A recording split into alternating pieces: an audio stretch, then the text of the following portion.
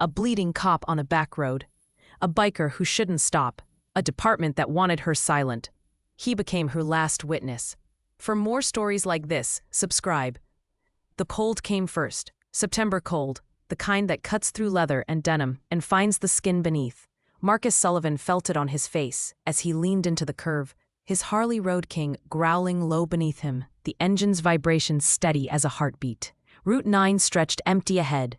2 lanes of cracked asphalt cutting through pine forest. No streetlights, just his headlight carving a tunnel through the dark. 2:47 in the morning. The dashboard clock glowed green. Marcus had been riding for 3 hours, clearing his head the way he always did when sleep wouldn't come. The road was his meditation, the engine his mantra. Then he saw it, a shape on the shoulder, wrong and dark, his headlight swept across it as he approached. Not an animal, too angular. He slowed, instinct pulling his hand to the brake. 30 years ago, in another desert, in another life, he'd been trained to spot things that didn't belong. That training never left. He stopped 20 feet back, engine idling, and saw the patrol car first. Angled half off the road, driver's door open, dome light casting weak yellow across the gravel. No emergency lights, no flares, just stillness. And then he saw her. She was lying 40 feet from the vehicle. On her side, one arm stretched toward the road, as if reaching for help that never came. Dark uniform, badge catching his headlight like a small silver star. Blood on the asphalt beneath her head, a pool spreading slowly, mixing with the dirt and oil stains. Marcus killed the engine. The silence that followed was immense. No wind, no traffic, just his own breathing and the faint ticking of his cooling pipes. He moved fast, the old training taking over, knees on gravel, hands checking her neck for a pulse. There, faint but present, she was warm, recent. He tilted her head gently, saw the wound above her right temple, deep and ugly, blood matting her dark hair. Her eyes fluttered open, brown eyes, unfocused, pupils uneven. Concussion, bad one. She tried to speak. Her hand shot up, grabbed his vest with surprising strength, pulled him close. Her breath smelled like copper. "Don't," she whispered. The word came out broken. "Don't call it in." Marcus stared at her, a cop telling him not to call for help. "You need an ambulance," he said, his voice calm, the voice he'd used on wounded men in Kandahar. Her grip tightened. "I'll finish it." Her eyes locked on his, desperate and clear despite the injury. "Please." Marcus looked at her uniform. Name tag, Ortiz. Badge number partially scratched, deliberate gouges through the metal. Her radio was 10 feet away, shattered, plastic pieces scattered like shrapnel. He scanned the scene. No skid marks, no broken glass, no debris from a collision. But there were drag marks, deep grooves in the gravel leading from the patrol car to where she lay. He looked back at her face. She was watching him, waiting to see if he understood. "Who did this?" he asked. "Mitchell." She coughed, winced. "Detective Aaron Mitchell. He knows I reported him." Marcus pulled off his leather jacket, folded it, slid it under her head. His hands moved automatically, checking for other injuries. Defensive wounds on her knuckles, split and swollen. Torn uniform shirt. He pulled it aside slightly and saw the marks. 2 small burns on her ribs, paired, unmistakable. Taser. His jaw tightened. This wasn't an accident. This was an execution that got interrupted. "I need to get you somewhere safe," he said. She nodded weakly. "Not a hospital, he'll know." Marcus pulled out his phone. Not 911. He scrolled to a different number. One he hadn't called in 3 months, but knew would answer. 2 rings. Ghost. The voice was gravel and smoke. "Jake Morrison. Hawk. Club president. I need the Brotherhood," Marcus said, his eyes still on Officer Ortiz. "We got a cop who's afraid of cops." Silence on the line. Then, location. Route 9, mile marker 42. Female officer, head trauma, taser burns. Says a detective named Mitchell tried to kill her. Another pause. Hawk's breathing was audible, steady, thinking. "Doc's place?" Hawk asked. "Yeah. I'll have him ready. Bring her in. I'm calling the others." The line went dead. Marcus looked down at Officer Ortiz.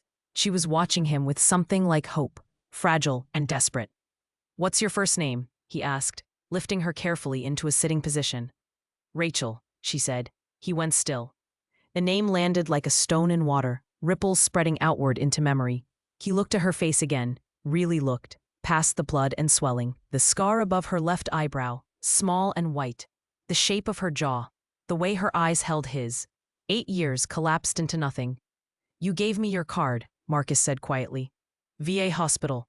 I was having a bad night. Her eyes widened, recognition flickering. Marcus? He nodded. Her hand found his again, squeezed. Good people always circle back, she whispered. Those were her words, the last thing she'd said to him that night. Sitting beside his hospital bed while he shook and sweated and wanted to disappear. She'd stayed 4 hours, never judged, never called the psych hold, just stayed. Yeah, Marcus said. They do. He lifted her as gently as he could, her weight slight against his chest. She made a sound of pain but didn't cry out. He carried her to his bike, sat her in front of him, her back against his chest, his arms around her to reach the handlebars. Hold on to me, he said. She did. He started the engine. The Harley roared to life, and he felt her flinch. I got you, he said into her ear. Nobody's finishing anything tonight. He looked once more. At the scene. Her patrol car, door open like a mouth. The blood on the road. The shattered radio. He memorized it all, every detail. Then he turned the bike around and rode into the dark, carrying the woman who'd once saved him. While somewhere behind them, a detective named Mitchell believed he'd already won. The cold bit harder now. Marcus leaned into it, Rachel's blood warm against his shirt, and rode toward the only family he trusted. The road stretched ahead, empty and black. And for the first time in years, Marcus Sullivan felt the old weight return. The weight of a promise that mattered more than safety, more than law. The weight of a debt that could only be paid in full. Marcus remembered the fluorescent lights first, the way they hummed and flickered in the VA hospital room. Cold white light that made everything look dead. He remembered his hands shaking, his breath coming too fast, the feeling that his chest was collapsing inward. August, 8 years ago, 3 in the morning, the same hour when bad things always found him. He'd called the crisis line, standard procedure. They'd sent someone. He expected a counselor, maybe a nurse. He got a cop. She walked in wearing her uniform, young, maybe 21, dark hair pulled back tight, eyes that looked tired but kind. Her name tag said Ortiz. She had a small scar above her left eyebrow, fresh enough to still be pink.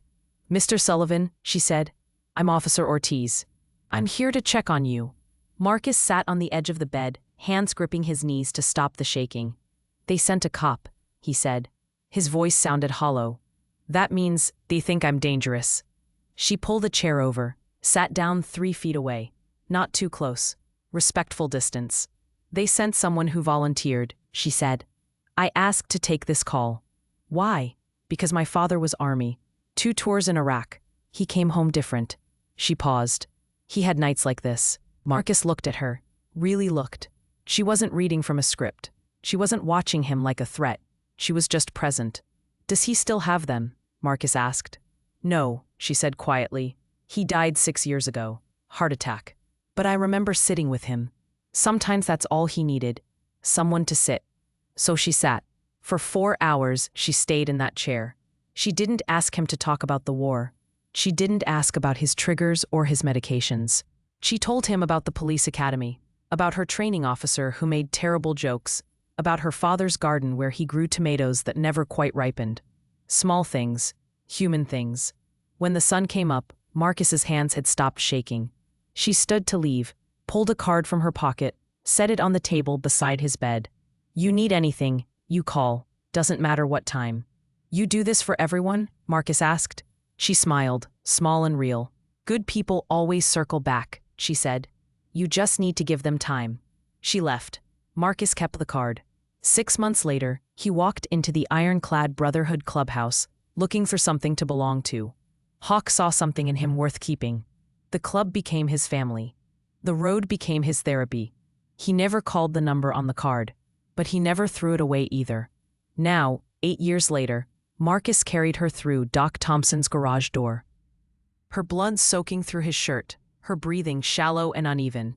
Doc was already there, gray-haired and steady-handed, clearing his workbench with one sweep of his arm. Medical equipment sat next to motorcycle parts, organized chaos that somehow worked. On the bench, Doc said, "No questions, not yet." Marcus laid her down gently. Rachel's eyes opened briefly, confused. Where? Somewhere safe, Marcus said. This is Doc. He's one of us. Doc's hands moved quickly, shining a penlight in her eyes, checking her pulse, examining the head wound with professional precision. Concussion, maybe skull fracture. She needs imaging. Hospital's not an option, Marcus said. Doc looked at him, then at Rachel, then nodded. Then we work with what we have. Hawk arrived 10 minutes later, his bike's rumble announcing him before he walked through the door.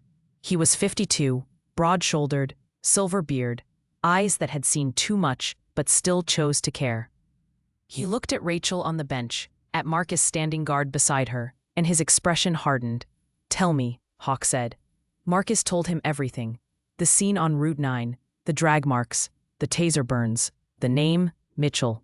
Hawk listened without interrupting. When Marcus finished, Hawk walked closer, looked down at Rachel. You're the one, he said. The cop from the VA. Marcus had told that story once, years ago, late night around the clubhouse fire. How a rookie cop had saved him with nothing but time and presence. Hawk remembered everything. She saved Ghost, Hawk said, more to himself than anyone. Now someone tried to erase her. Doc pulled Marcus aside, his voice low. She's got more than the head wound. Look.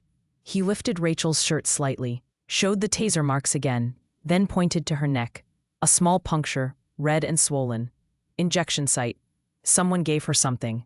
Sedative, maybe. Wanted her incapacitated. Marcus felt the anger settle in his chest, cold and precise. This wasn't just an attack. It was calculated. Professional. Rachel stirred, tried to sit up. Doc eased her back down. Easy, you're concussed. Mitchell, she said, the name coming out with effort.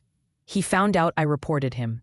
Yesterday, he told me accidents happen to cops who forget loyalty. Her eyes found Marcus. He followed my patrol route, forced me off the road with his truck. No dashcam, just him. What did you report him for? Hawk asked, his voice gentle but firm. Rachel closed her eyes, breathed. Extortion. I saw him collecting money from a bodega on 7th Street. Owner looked terrified. I reported it to Internal Affairs. Sergeant Dana Yates. She said she'd handle it. And Mitchell found out, Marcus said. He cornered me in the parking garage yesterday morning.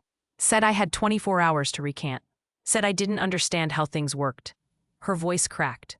I told him I understood perfectly. He's a criminal with a badge. Hawk pulled out his phone, stepped away, started making calls. Marcus heard him say the same words over and over. Church meeting, 4:30, everyone. Doc continued working, cleaning Rachel's wound, wrapping her ribs where the taser had burned. Your lucky Ghost found you, he said. Another hour, you'd have been hypothermic, maybe worse. Rachel looked at Marcus. You kept my card? He nodded. Why? Because you were right, Marcus said. Good people do circle back. She smiled despite the pain.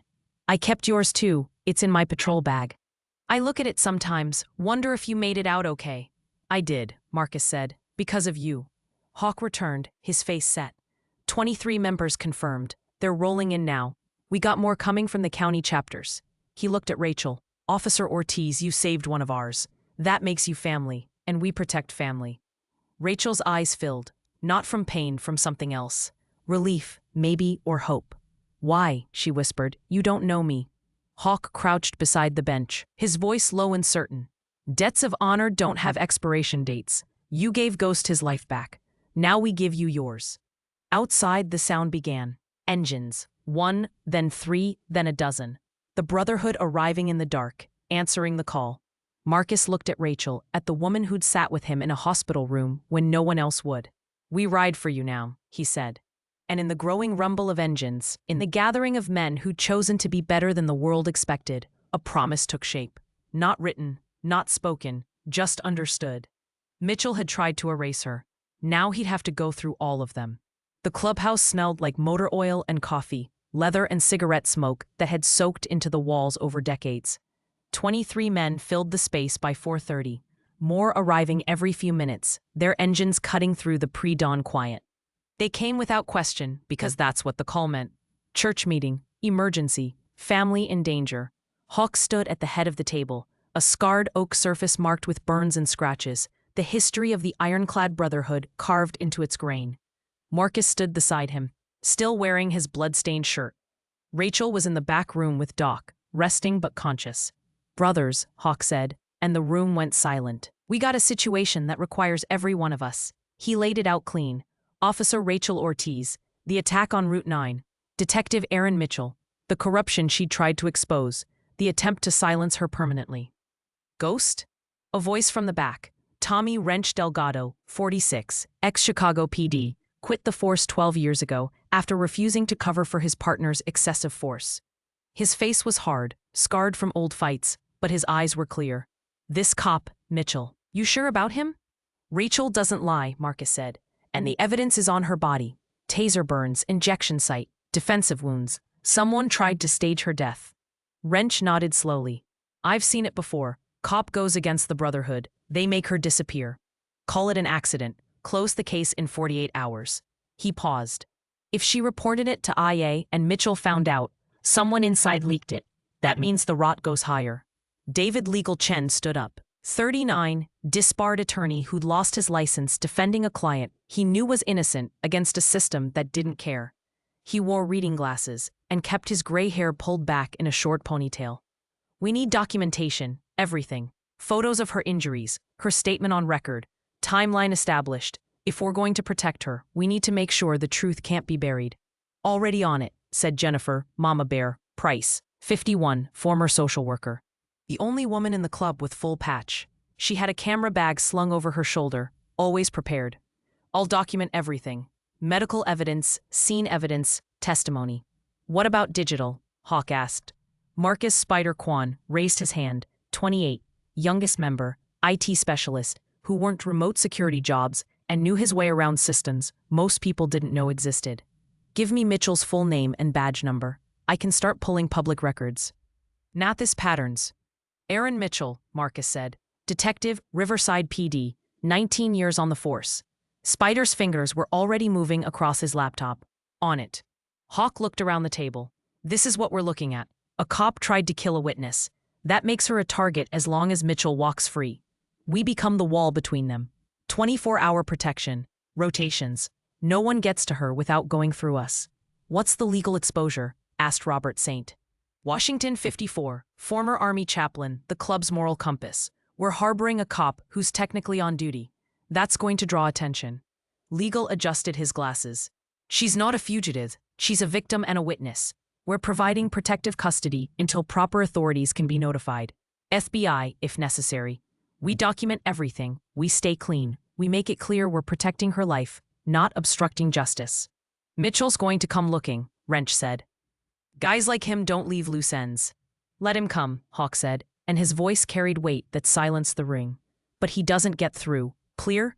The response was unanimous. "Says, clear." Doc emerged from the back room, wiping his hands on a towel. "She's stable. Concussion's bad, but manageable. The injection site worries me. I don't know what he gave her, but it's leaving her system. She'll be weak for a day or two." "Can she talk?" Legal asked. "I need her full statement while it's fresh." "She can talk," Doc said, "but keep it short." Mama Bear followed Legal into the back room, camera ready. The rest of the members waited, drinking coffee, checking their phones, coordinating. The sound of more bikes arriving filtered through the walls. The count was rising. Spider looked up from his laptop, his face troubled. "Got Mitchell's jacket. 19 years on the force.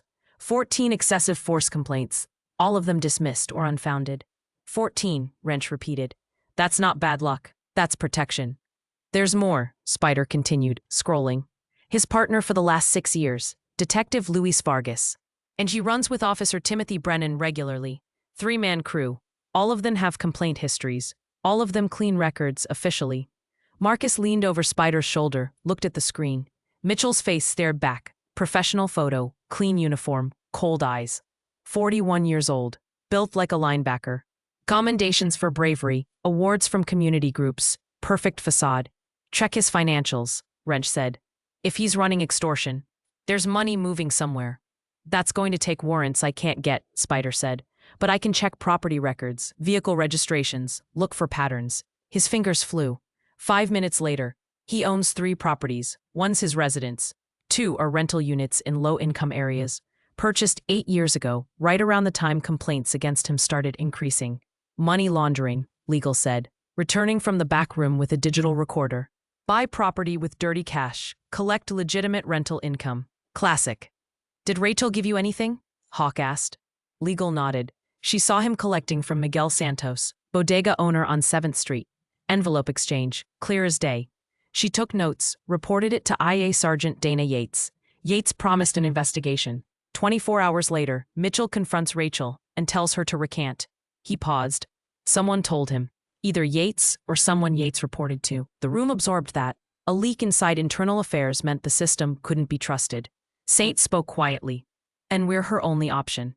Hawk pulled out a worn leather logbook, set it on the table. Every mission the club had taken, every protection detail, every stand they'd made, recorded in its pages. He opened to a blank page, wrote, Rachel Ortiz, September, and the date. Everyone who commits signs here, he said. 24-hour rotations. 3-man teams, minimum. Armed but legal, body cameras on at all times. We document everything, stay clean, stay smart. He signed first, then Marcus. Then every member in the room, one by one, their names filling the page. The door opened. More members arrived. Hawk briefed them. They signed. By 5:15, 47 names filled 2 pages. By 6, the number reached 89 as county chapters rolled in, their engines shaking the windows. Spider's phone buzzed. He looked at the screen, his face going pale. Mitchell's phone just pinged a cell tower, 3 miles from here. The room tensed. He's looking for her, Marcus said. Hawk stood. Then he finds us instead. Everyone gear up. We ride to the PD at shift change, 7:15. Let them see what they're dealing with. Wrench checked his sidearm, holstered it visibly. Legal gathered folders. Mama Bear loaded fresh batteries in her cameras. Saint pulled on his vest, the patch on his back clear. Ironclad Brotherhood. Marcus walked to the back room. Rachel was sitting up, pale but alert, her head wrapped in clean bandages. What's happening? She asked. We're making a statement, Marcus said. Mitchell thinks you're alone. He's about to learn different. She looked at him, and something passed between them.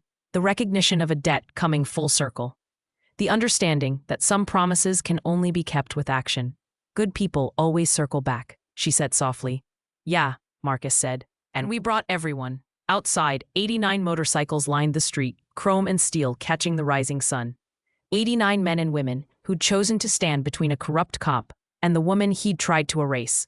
The engines started together, a sound like rolling thunder, and the ironclad Brotherhood, prepared to ride into the heart of the system that had failed Officer Rachel Ortiz. Not for revenge, for protection, for justice, for the simple truth that when the law breaks, someone has to hold the line. Subscribe to see how ordinary people stand against corrupt systems. Comment if you believe justice requires courage. 89 motorcycles moved through Riverside like a river of chrome and steel, 2 lanes wide, engines synchronized in a roar that shook storefront windows and set off car alarms. Morning light caught the chrome, turned it into something almost holy. People on sidewalks stopped, stared, pulled out phones. Some looked afraid, others looked curious, a few looked hopeful. Marcus rode in the second row, directly behind Hawk. The formation was tight, disciplined, military in its precision. These weren't weekend riders. These were men and women who understood that presentation mattered, that power came not from chaos, but from control. The Riverside Police Department sat on 4th Street. A gray concrete building with tinted windows and an American flag hanging limp in the still morning air. Shift change happened at 7:15. Hawk had timed it perfectly. They arrived at 7:12. The motorcycles led the street in front of the station, lined up in rows, engines idling.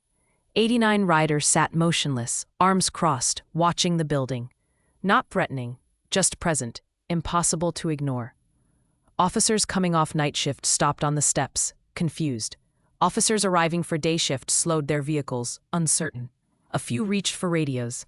Captain Vincent Torres emerged first, 58 years old, gray hair cut military short, 32 years on the force. His face showed surprise, then calculation. He'd seen protests before, angry crowds, but this was different. This was organized, quiet, waiting. Hawk dismounted slowly, deliberately. He removed his helmet, hung it on his handlebars, and walked toward the steps. Marcus and Legal flanked him. Behind them, 86 riders remained seated, silent, watching. Torres met them at the bottom of the steps. "Can I help you, gentlemen?" Hawk's voice was calm, respectful. "Captain Torres. My name is Jake Morrison. We need to speak about Officer Rachel Ortiz and Detective Aaron Mitchell. Torres's expression shifted, just slightly, a tightening around the eyes, recognition, then careful neutrality. Officer Ortiz is on administrative leave. That's a private personnel matter. She's in our protection with a cracked skull and taser burns, Hawk said, his tone still even. This stops being private when it becomes attempted murder. A murmur ran through the officers gathering behind Torres. Some looked genuinely shocked. Others looked away. Torres held up a hand. That's a serious accusation. If Officer Ortiz has been injured, she needs to file a report through proper channels. She tried, Marcus said, stepping forward. She reported Detective Mitchell to Internal Affairs for extortion. 24 hours later, he ran her off Route 9 and left her to die. The station door opened again. Detective Aaron Mitchell stepped out and the temperature dropped. He was exactly as his photo showed, 41, broad-shouldered, 6'2", arms thick with muscle. His face was angular, clean-shaven, with pale blue eyes that held no warmth. He wore a gray suit, badge clipped to his belt, weapon visible in his shoulder holster. He looked at the bikers the way someone looks at insects. "Ghost, right?" Mitchell said, his voice carrying across the space. "Marcus Sullivan? You know it's illegal to harbor a fugitive." Marcus felt the anger rise but kept his voice level. "She's not a fugitive, she's a victim." Mitchell smiled. It didn't reach his eyes. "Officer Ortiz attacked me yesterday. Filed a report myself. She's mentally unstable, fled the scene, violated protocol. If you're hiding her, you're obstructing justice." Legal stepped forward, pulled a folder from his jacket. "Captain Torres, this is a notice of intent to file a federal civil rights complaint against Detective Mitchell and the Riverside Police Department. It's also a restraining order prohibiting Detective Mitchell from approaching our client within 500 feet. He handed it to Torres. The captain took it, opened it, scanned the first page. His jaw tightened. Mitchell's smile vanished. "Your client assaulted an officer. Any restraining order is invalid. Your report is false." Legal said calmly, "Officer Ortiz has documented injuries consistent with assault, attempted murder, and witness intimidation. We have medical evidence, photographic evidence, and testimony. We're prepared to present it to the FBI Public Corruption Unit." The word FBI landed like a stone. Officers behind Torres exchanged glances. Mitchell's face flushed red. "You're making a mistake," Mitchell said, stepping down one stair. "All of you." Hawk didn't move. "We're protecting a witness." "That's not a mistake. That's our right." Mitchell took another step. Marcus shifted his weight, ready. Behind them, engines revved once, a warning that needed no translation. "Everyone stand down," Torres said sharply. He looked at Mitchell, then at Hawk, caught between two forces. "Bikers, you need to clear this area. You're blocking traffic, creating a public disturbance." "We'll leave," Hawk said. "But we're not going far. Officer Ortiz stays under our protection until federal authorities can guarantee her safety." "That's kidnapping," Mitchell said. "That's voluntary protective custody," Legal countered. "She's an adult, she's competent, and she's making her own choice. Unless you'd like to arrest her for being a victim." Torres looked at the folder in his hands, at the 89 bikers filling the street, at Mitchell's barely contained rage. He made a calculation. "You have 10 minutes to clear the area. After that, I start making arrests for obstruction." Hawk nodded. "Understood, Captain." He turned to walk back to his bike, then paused, looked at Mitchell. "Detective, you come near her, you come through us. That's not a threat. That's information." Mitchell's hands clenched into fists. "She's already gone, Ghost. You're just delaying the inevitable. And when this falls apart, I'll remember every face here." Marcus met his eyes. The coldness there was absolute. This was a man who'd hurt people before, who'd gotten away with it, who believed himself untouchable. "You see her knuckles?" Marcus said quietly. "Those defensive wounds. She fought you. You didn't break her, you just made her stronger." Something flickered in Mitchell's expression. Not remorse, recognition. He knew Marcus was right. Wrench stepped forward from the ranks, his Chicago PD background evident in his posture. "Mitchell, I know your type. Seen 100 of you. You think the badge makes you immune. It doesn't. It just makes the fall harder." "Who are you?" Mitchell demanded. "Someone who used to be you," Wrench said, "before I remembered what the badge was supposed to mean." Mitchell lunged forward. Hawk's hand came up, not touching Mitchell, but blocking his path with pure presence. Behind them, 86 bikers stood as one, a wall of leather and resolve. Torres stepped between them. Mitchell, inside, now. Captain, inside, Torres repeated, his voice hard. His hand shook slightly as he pointed to the door. Mitchell stared at Hawk, at Marcus, at the assembled riders. Then he turned and walked back into the station, his shoulders tight with barely suppressed fury.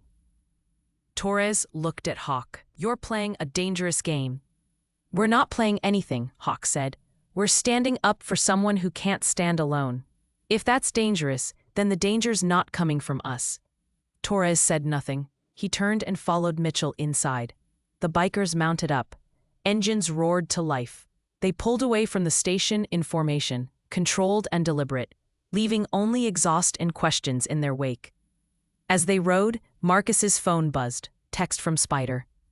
Mitchell's phone just made 7 calls in 2 minutes. He's calling in his crew. Marcus showed it to Hawk at next stoplight. Hawk's expression hardened. Then we dig in.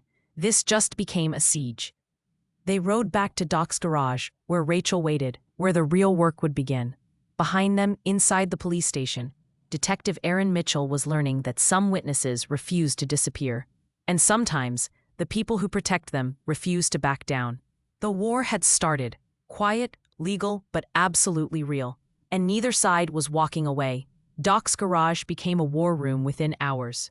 The workbench was cleared, replaced by laptops, printed documents, photographs, and a corkboard covered in pins and string mapping connections.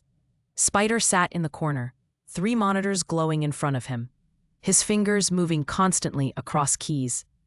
Legal paced while reading files. Mama Bear organized evidence bags with methodical precision. Rachel sat on a folding chair, still pale but alert, watching them work. She held an ice pack against her head, her uniform shirt replaced by a borrowed ironclad hoodie, 3 sizes too large. Spider broke the silence first.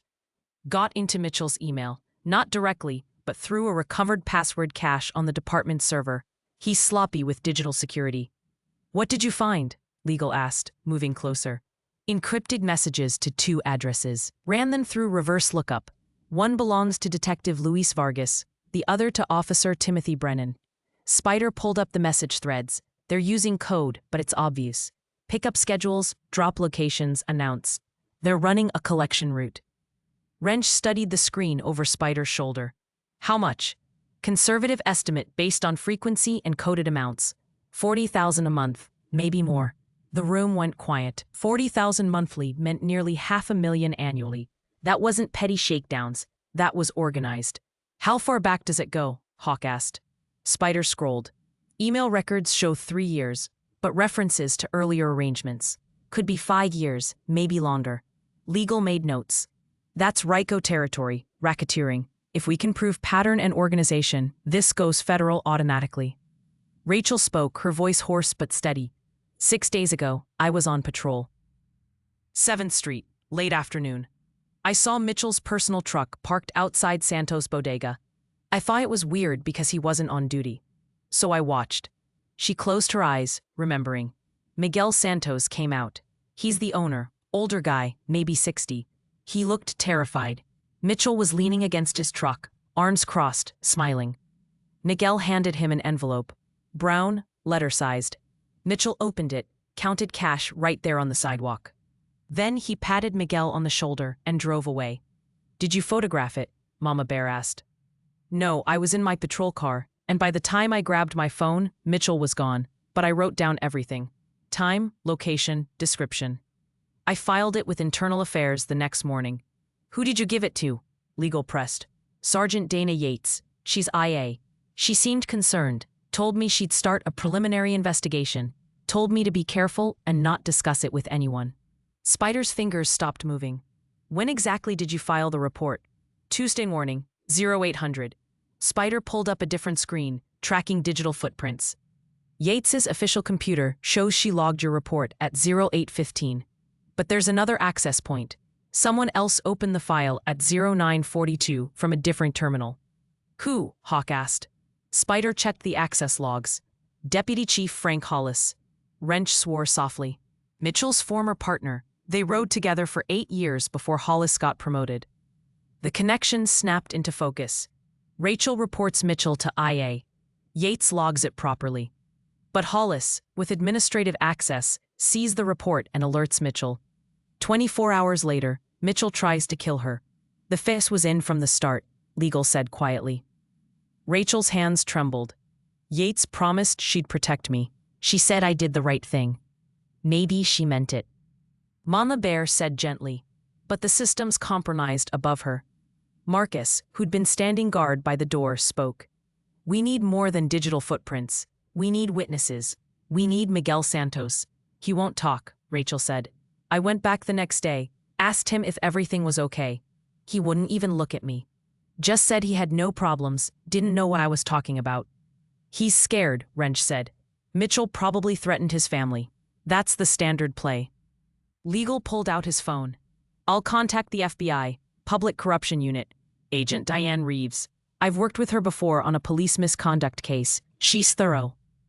Gah. He stepped outside to make the call. The rest of them waited, the only sound Spider's keyboard and the distant rumble of motorcycles, as members maintained perimeter watch outside. Legal returned 15 minutes later, his expression neutral.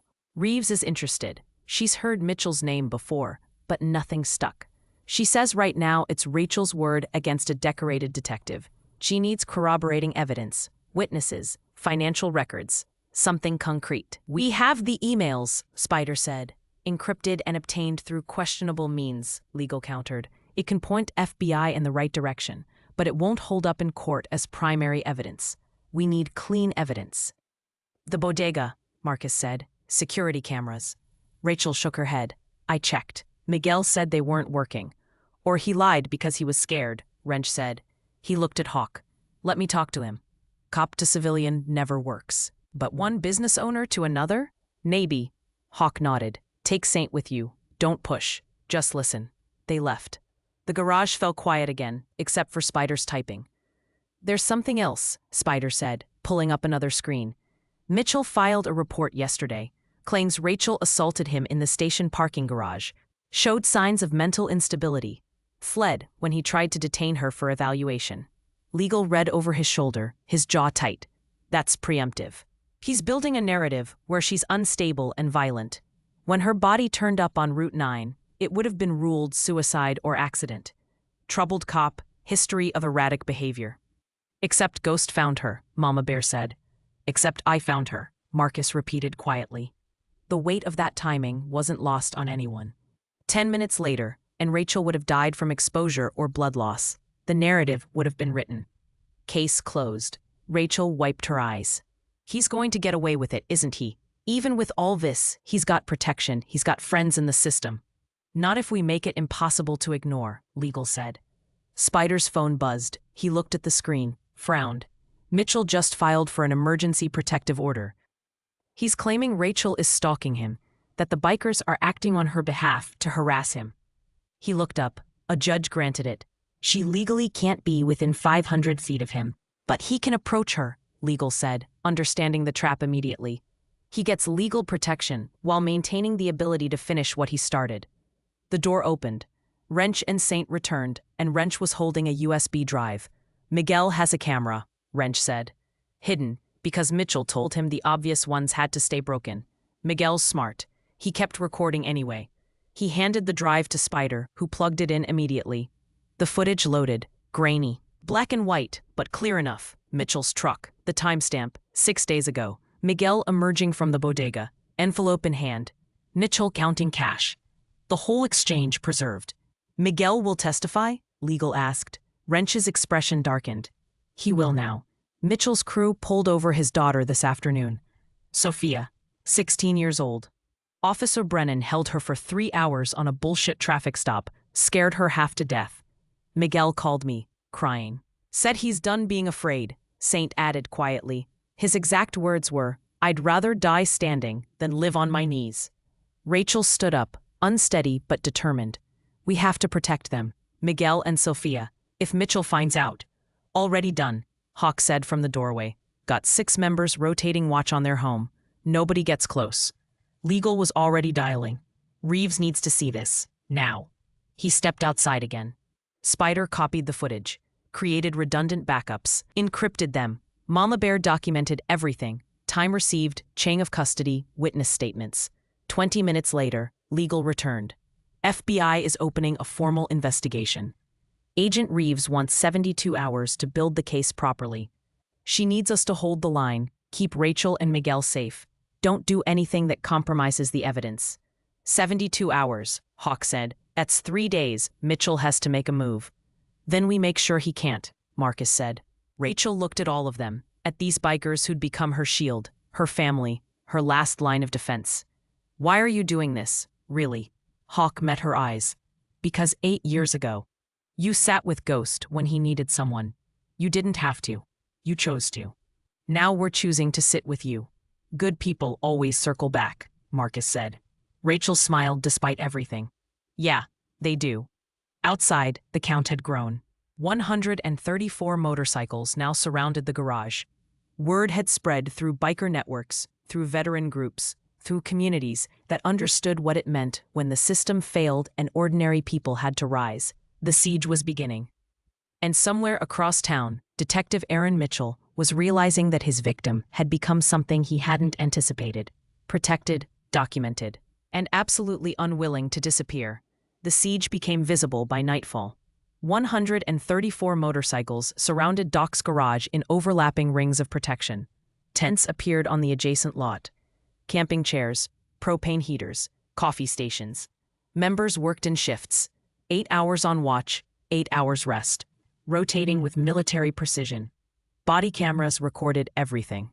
Phones documented every vehicle that passed, every face that slowed down to look. It wasn't chaos, it was organization, and that made it powerful. Marcus stood watch during the midnight shift, his breath visible in the cold October air. Beside him, Saint sipped coffee from a thermos, silent and observant. They'd been partners on rotation for 6 hours, comfortable in the quiet that came from shared purpose. A car slowed down across the street. Dark sedan, tinted windows. It crawled past once, turned around, came back. Third pass in an hour. That's surveillance, Saint said quietly. Marcus keyed his radio. Hawk, we got a repeater. Dark blue sedan, partial plate Charlie 7-something. 3 passes in the last hour. Cameras got it. Spider's voice came back through the radio. Running it now. The sedan made one more pass, then disappeared. 2 minutes later, Spider confirmed. Registered to a Shell LLC. Same LLC owns one of Mitchell's rental properties. It's his crew. They were being watched. Tested. Mitchell was probing for weaknesses, counting numbers, looking for patterns. Let them watch, Hawk said over the radio. They'll see we don't sleep. By the second day, the media arrived. Local news first, then regional. Reporters set up across the street. Cameras pointed at the bikers, asking questions that none of them answered. Mama Bear had been clear. No statements, no interviews, no engagement. Let the images speak. And they did. Every news cycle showed the same thing. Bikers standing watch, quiet and disciplined, protecting someone the system had failed. The optics were undeniable. Spider monitored social media from inside the garage. Hashtag Justice for Ortiz is trending locally. 40,000 mentions in 24 hours. He scrolled through posts. People are sharing it, asking questions. A few cops are commenting anonymously, saying they've heard rumors about Mitchell for years. Public pressure, Legal said, watching over Spider's shoulder. That's what we need. Make it impossible to sweep under the rug. Mama Bear had created a carefully edited video. Rachel's injuries, photographed with clinical precision, her face blurred for privacy. The taser burns, the head wound, the injection site. No narration, just evidence.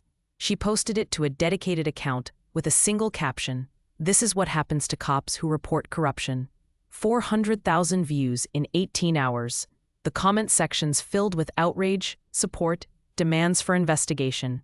News outlets picked it up, ran stories. Riverside Police Department's phone lines jammed with calls. Captain Torres issued a statement. We are aware of allegations involving department personnel. The matter is under review. Under review. Bureaucratic language designed to say nothing. But the pressure was building. Mitchell made his next move on the third day. 3 patrol cars rolled up at dawn, lights flashing. Officers emerged, hands on weapons, facing the biters. Sergeant Kyle Brennan, Officer Tim Brennan's older brother, 38, approached with a megaphone. This is an illegal assembly. You have 10 minutes to disperse or face arrest for unlawful gathering and obstruction. Hawk stepped forward, hands visible and empty. Legal beside him with a folder. Sergeant, we're on private property with the owner's permission. We're peaceful, we're not blocking public access, and we're exercising our First Amendment right to assemble. Brennan's face flushed. You're harboring a fugitive. Officer Ortiz is not a fugitive, Legal said calmly. She's a victim and witness under voluntary protective custody.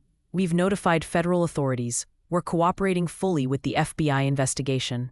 The mention of FBI made Brennan hesitate. He lowered the megaphone, spoke into his radio, waited. Got a response. You've got complaints from neighbors, Brennan tried. Noise, disturbance. Wrench stepped forward. We've been here 72 hours. Not one noise complaint has been filed. I checked the public dispatch logs. You're making that up. Brennan's jaw tightened. He knew he was caught. Clear out by tonight or we come back with warrants, he said finally, retreating to his patrol car. They left. The bikers were named. That was a show, Saint said quietly. They wanted us to react, give them a reason. We don't give them anything, Hawk replied. Inside the garage, Rachel watched the exchange on Spider's laptop, live-streamed by multiple angles. Her hands shook. They're not going to stop. Neither are we, Marcus said. Agent Diane Reeves called Legal that afternoon. Her voice was crisp, professional. We've subpoenaed Mitchell's financials, his phone records, and interviewed 3 additional business owners. All confirm the same pattern: monthly collections, threats of health code violations or deportation if they refuse. We have enough for racketeering charges. What about the assault on Officer Ortiz? Legal asked. Harder to prove without witnesses to the actual attack. But we're building attempted murder as part of the conspiracy to silence a witness. Miguel Santos's testimony and the security footage are crucial. We need him safe until trial. He's safe, Legal assured her. And Officer Ortiz? Protected. Reeves paused. Mr. Chen, I need you to understand something. What you're doing is remarkable, but it's also dangerous. Mitchell's desperate. Desperate men make fatal mistakes. Keep your people ready. She hung up. Legal relayed the conversation to the group. Rachel sat with her head in her hands. People are risking their lives for me. Miguel, his daughter, all of you. Because I saw something I shouldn't have ignored. Mama Bear knelt beside her. You saw something wrong, and you reported it. That's not a mistake. That's courage. What happened after isn't your fault. Mitchell did this, Marcus added, not you. That night, Mitchell's crew made their move. 2 trucks, blacked out, no plates, came screaming down the street at 3 a.m, engines roaring, attempting to intimidate through noise and speed. The bikers didn't flinch. They stood, silent, recording everything. The trucks made 3 passes, then disappeared. Spider traced them through traffic cameras. Both trucks registered to the Sane Shell LLC, Mitchell's network. Escalation, Wrench said. Next time won't be just noise. Hawk increased the watch rotation, added more bodies. The count reached 200 by the 4th day. Bikers came from 3 states, drawn by word of mouth, by the story spreading through clubs and veteran networks. They came because the story was simple. A cop tried to kill a witness, and nobody was stopping him. So they did. Local businesses started bringing food, coffee, sandwiches, pizza. A restaurant owner whose son was a veteran brought 50 meals, refused payment. You're doing what we should have done years ago, he said. Thank you. Community members joined the watch, standing with the bikers. Teachers, mechanics, nurses, parents. They brought signs. Protect the protectors. Corruption dies in sunlight. We stand with Ortiz. The story was no longer local. National news picked it up. Cable networks sent crews. The narrative crystallized. Bikers protecting a cop from cops. The irony wasn't lost on anyone. Deputy Chief Hollis held a press conference, tried to regain control of the story. Officer Ortiz is emotionally disturbed. These bikers are being manipulated. Detective Mitchell is a dedicated officer with 19 years of exemplary service. A reporter asked, why hasn't Officer Ortiz been arrested if she assaulted Detective Mitchell as he claims? Hollis fumbled. The investigation is ongoing. Why is the FBI involved in a local personnel matter? Hollis ended the conference. The wall was cracking, and everyone could see it. Inside the garage, Rachel watched the press conference with hollow eyes. He's destroying my reputation. Even if Mitchell goes to prison, I'll never be a cop again. Maybe that department doesn't deserve you, Saint said gently. She looked at him, at all of them, at the 200 people standing outside in the cold because they believed her story mattered. I never asked for this, she whispered. You didn't have to, Marcus said. You earned it 8 years ago, when you sat with a stranger and gave him a reason to keep living. Rachel's eyes filled. I was just doing my job. No, Hawk said. You were being human. That's rarer than you think. Outside, engines idled. Bodies stood watch. Cameras recorded everything, and the siege entered its 5th day. And across town, Detective Aaron Mitchell was running out of options. Hour 68 of the siege. Dawn came cold and gray, mist rising from the pavement, turning the street into something ghostly. Marcus stood watch with Wrench, both of them silent, alert, feeling the tension that had been building for days, reaching critical mass. Spider's voice crackled over the radio. 3 vehicles inbound. Fast. Mitchell's truck leading, 2 patrol cars following. Here we go, Wrench muttered. Hawk emerged from the garage, Legal beside him. Mama Bear positioned herself with a camera. Bikers formed a loose line across the property entrance, not blocking, just present. 200 strong now, silent witnesses to whatever came next. Mitchell's black truck screeched to a stop 10 feet from the line. He stepped out, and everything about him radiated barely controlled fury. His face was flushed, his movements sharp and aggressive. Behind him, Detectives Vargas and Officer Brennan emerged from the patrol cars, hands near their weapons. Mitchell held up a document, waved it. I have a warrant for Rachel Ortiz's arrest. Obstruction of justice, filing a false report, assault on a police officer. You're harboring a fugitive. Move, or you're all going down for obstruction. Legal stepped forward, hand extended. Let me see the warrant. Mitchell shoved it at him. Legal took it, examined it carefully while the silence stretched. Everyone waited. The only sound was the distant rumble of engines and the harsh breathing of men preparing for violence. Legal looked up, his expression calm. This warrant wasn't issued by a judge. This is a supervisory detention order signed by Deputy Chief Hollis. It has no legal authority outside the department's internal affairs process. Mitchell's face darkened. It's a valid warrant. It's not, Legal said firmly. It's departmental paperwork. You have no legal authority to arrest Officer Ortiz based on this document. She assaulted me, Mitchell snarled. You assaulted her, Wrench said, stepping forward. Tased her, drugged her, beat her, and left her to die. We have evidence, medical records, witnesses, security footage. The FBI has all of it. Mitchell's hand drifted toward his weapon. Every biker tensed. Cameras captured the movement from a dozen angles. Don't, Hawk said quietly. His voice carried absolute certainty. You draw on us. 200 people see it.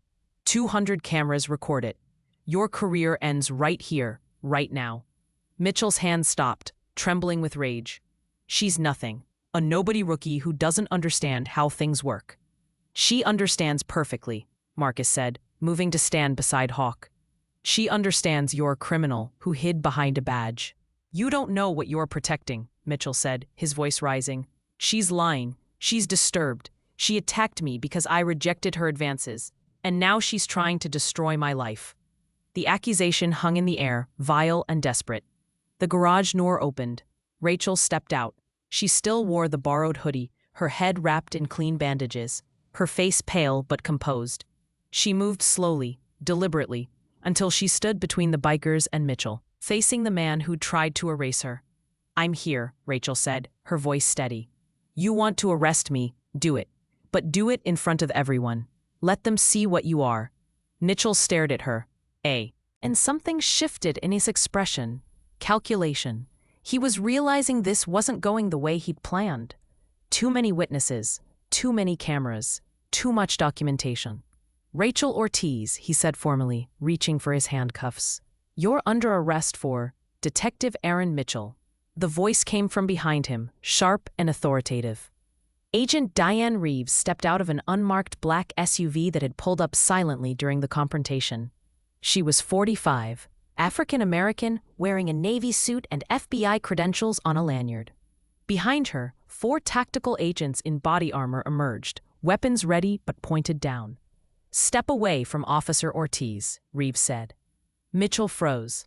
"This is a local matter. FBI has no jurisdiction. We have federal jurisdiction over public corruption, witness intimidation, and racketeering charges." Reeves walked forward, holding papers. "Detective Aaron Mitchell, Detective Luis Vargas, Officer Timothy Brennan. You're under arrest for conspiracy to commit racketeering, extortion, bribery of public officials, witness tampering, and attempted murder of a federal witness." Mitchell's face went from red to white. "You can't do this. I have rights. I have a union rep." "You'll get a phone call at the federal holding facility," Reeves said. She nodded to her agents. "Cuff them." The tactical team moved in. Vargas put his hands up immediately, defeated. Brennan looked like he might run but thought better of it. Mitchell stood rigid as an agent pulled his arms behind his back, the handcuffs clicking into place with finality. "This is garbage," Mitchell spat. "Manufactured evidence. That footage is fake. Those witnesses are lying." Reeves stepped close to him, her voice low, but clear enough for nearby microphones to catch.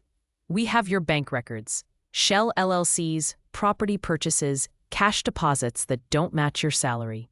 We have 17 business owners who testified about your collections.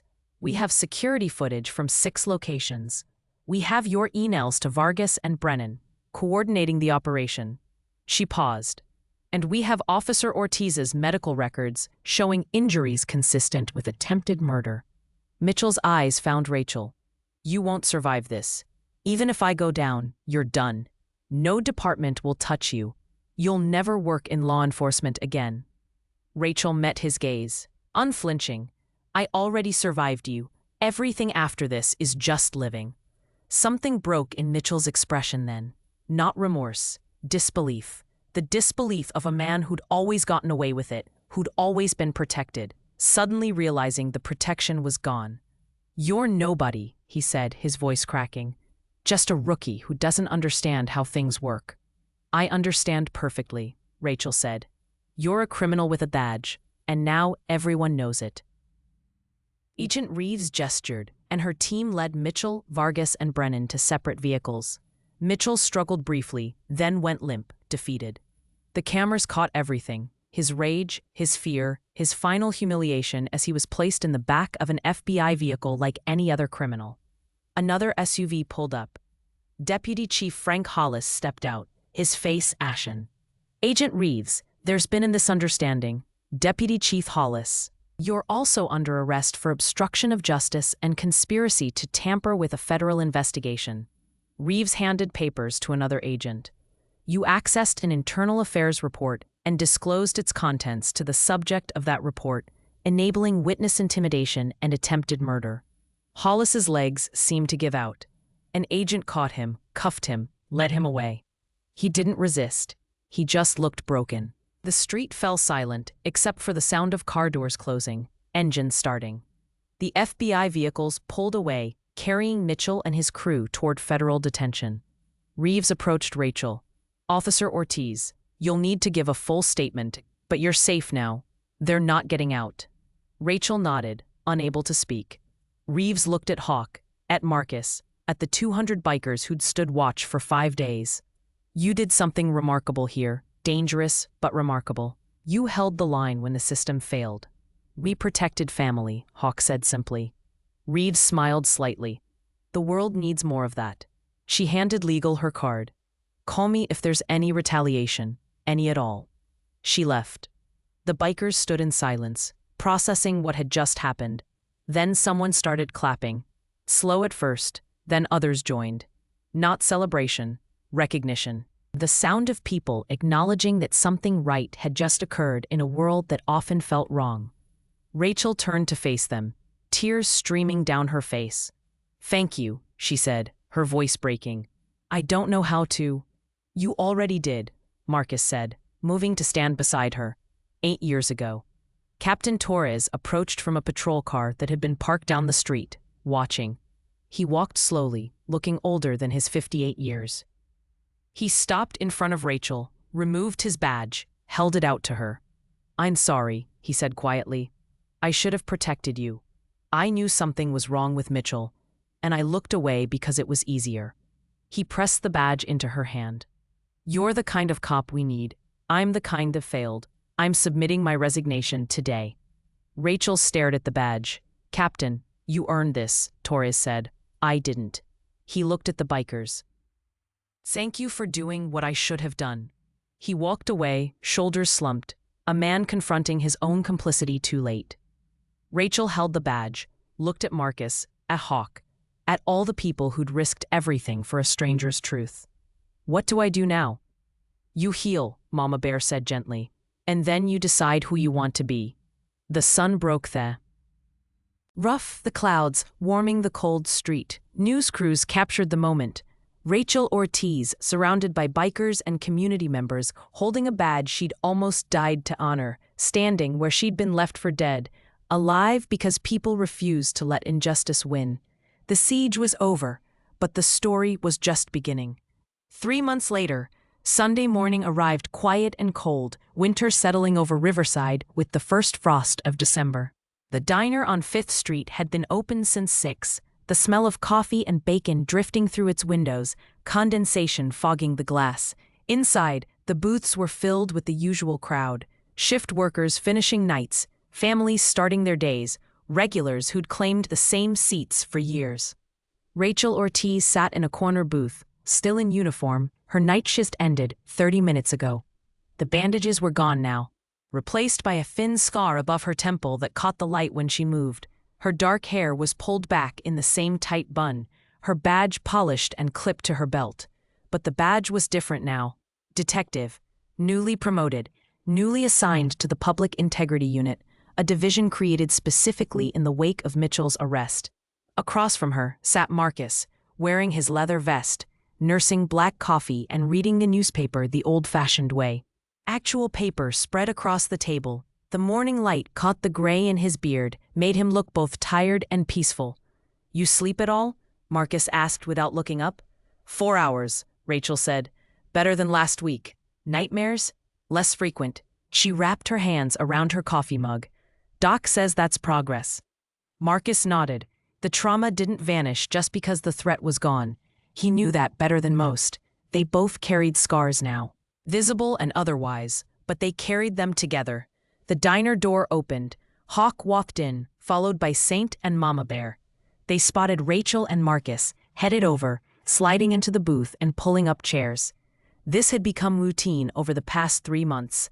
Sunday breakfast, all of them together, the family that had formed in crisis, now choosing to remain in peace. Miguel's doing good, Mama Bear reported, pulling out her phone to show photos. Sophia got accepted to 3 colleges, full scholarships to 2 of them. Rachel smiled, genuine and warm. Miguel Santos had testified at the federal trial. His security footage had been the linchpin that sealed Mitchell's fate. Racketeering, extortion, attempted murder. Mitchell got 18 years, Vargas got 15, Brennan got 12. Hollis took a plea deal, cooperated for a reduced sentence of 8 years and full pension forfeiture. The trials had been brutal. Rachel testified for 6 hours, reliving the attack in clinical detail while defense attorneys tried to break her credibility. But the evidence was overwhelming. The jury deliberated for 3 hours. Guilty on all counts. The Riverside Police Department entered a federal consent decree, outside monitors, mandatory body cameras, independent oversight. Captain Torres resigned. A new chief came in from outside, a woman named Patricia Reyes, who'd built her career on reform. One of her first acts was promoting Rachel to detective. You doing the academy thing this week? Saint asked Rachel. She nodded.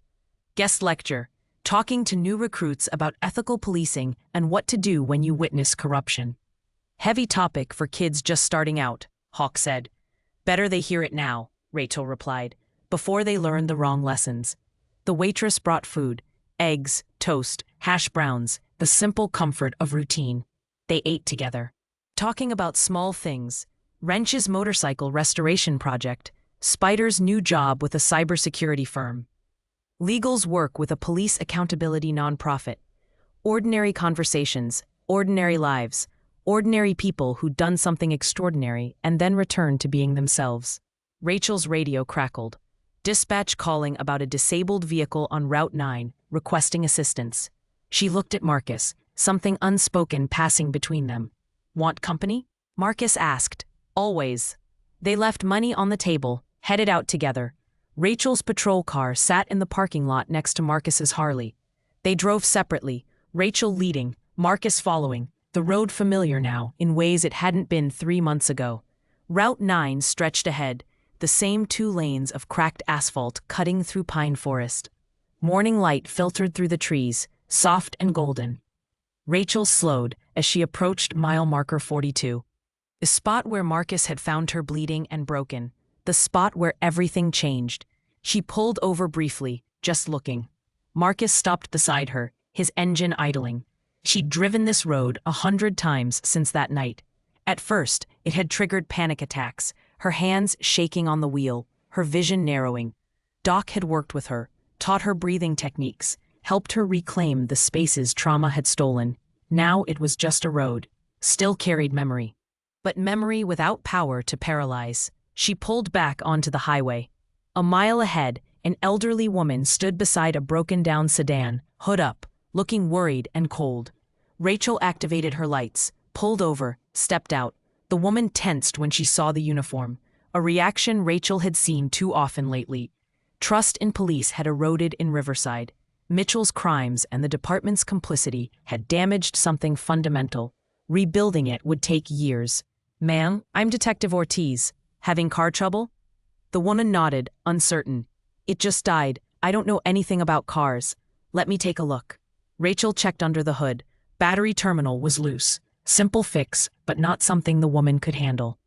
Alone. She tightened it, but the battery was too dead to start the engine. "You need a jump or a tow," Rachel said. "Let me call someone." She walked back to her patrol car, keyed her radio, but then stopped. Looked at Marcus, who'd been waiting patiently on his bike. Rachel smiled, pulled out her phone instead, dialed a number she'd memorized. "Hey, Ghost," she said when he answered. "Need a tow on Route 9. Marcus's voice came through warm and familiar. "Same spot?" Rachel looked at the road, at the morning light, at the elderly woman who just needed help. "No, distant road, better ending. Be right there." Marcus made the call to a tow service, while Rachel sat with the elderly woman in the patrol car, heater running, talking about small things until help arrived. The tow truck came 20 minutes later. Marcus vouched for the driver, someone from the Veterans Network, honest and affordable. As the woman's car was loaded, she approached Rachel hesitantly. "Thank you. I was scared to call police, honestly. After everything that's been in the news." Rachel understood. "I'm sorry you felt that way. We're working to be better, to deserve trust again." The woman looked at her badge, at her face, seemed to see something that reassured her. "You're that officer, the one who reported the corruption." Rachel nodded. "You're brave," the woman said simply. "I'm just trying to do the job right." The woman smiled, got into the tow truck, and left. Rachel and Marcus stood beside the road, the morning growing warmer, the frost melting from the asphalt. "You good?" Marcus asked. "Yeah," Rachel said, and she meant it. They stood in comfortable silence, 2 people who'd saved each other in different ways, in different times. Their debts paid not in transactions, but in presence. Marcus's phone buzzed. He looked at the screen, frowned slightly. Clock's got a call. Town 2 hours north. Officer being harassed by her own department after reporting abuse. Rachel looked at him. "You riding?" Thinking about it. She understood what he wasn't saying. The ironclad Brotherhood had become something more than a motorcycle club. They'd become a network, a resource, a group that people called when systems failed and courage was required. "Tell Hawk I can help," Rachel said. "If she needs testimony, legal advice, protection, whatever." Marcus smiled. "I will." Rachel climbed back into her patrol car. Marcus mounted his Harley. They sat there for a moment, engines running, 2 vehicles side by side on a road that had witnessed both the worst and best of what people could be. "Same time next Sunday?" Marcus asked. "Wouldn't miss it." She pulled out first, heading back toward town, toward her shift report, toward the work of rebuilding trust one interaction at a time. Marcus watched her go, and turned his bike north, toward wherever he was needed next. The road stretched ahead for both of them, full of unknown turns and uncertain destinations. But they'd learned something in those 5 days of siege, something that couldn't be unlearned. that ordinary people could stand against extraordinary corruption, that courage didn't require perfection, only presence, and that debts of honor, once paid forward, created ripples that spread farther than anyone could measure. Rachel kept Marcus's original card in her desk drawer now, framed beside her detective's badge. Sometimes between cases, she'd look at it and remember the hospital room, the fluorescent lights, the young version of herself who'd chosen to sit with a stranger in crisis. He told him then that good people always circle back. She'd believed it as comfort, as hope. Now she knew it as truth. Miguel Santos sent her a photo every week. Sophia studying, Sophia laughing, Sophia living without fear. The bodega was thriving, the neighborhood was safer. Small victories, but real ones. Mitchell was in federal prison, his appeals exhausted. Vargas and Brennan were learning that prison was especially hard for former comps. Hollis had lost everything: career, pension, reputation. The price of complicity paid in full. The Riverside Police Department was different now. Not perfect, still struggling, but changing. The new recruits Rachel spoke to listened with intensity, understanding that the badge carried weight beyond authority, that power without accountability was just tyranny with paperwork. Rachel drove past Doc's garage, where the siege had been centered. It looked ordinary now, just a mechanic's shop with motorcycles parked outside. But she knew what it represented. A line held when holding it mattered. A stand taken when standing was dangerous. Ordinary people becoming extraordinary through simple refusal to look away. Her radio crackled again. Another call. Domestic disturbance. Possible abuse. She responded, her voice steady, her purpose clear. This was the work now. Not glory. Not headlines. Just presence. Just showing up. Just being the cop she'd wanted to be when she first put on the uniform. Someone who protected the vulnerable, who stood against corruption, who chose courage over comfort. The sun climbed higher. The frost melted completely. Riverside woke to another ordinary day. And on roads throughout the region, motorcycles carried men and women who'd learned that brotherhood meant more than patches and engines, that family was chosen through action, and that sometimes the most powerful thing ordinary people could do was refuse to abandon each other when the world expected them to. Some debts can never be fully repaid, but they can be passed forward, and in the passing, they become something stronger than justice, deeper than law, more enduring than any badge or uniform. They become hope. Quiet, persistent, unbreakable hope that good people will always circle back, and when they do, they'll bring others with them.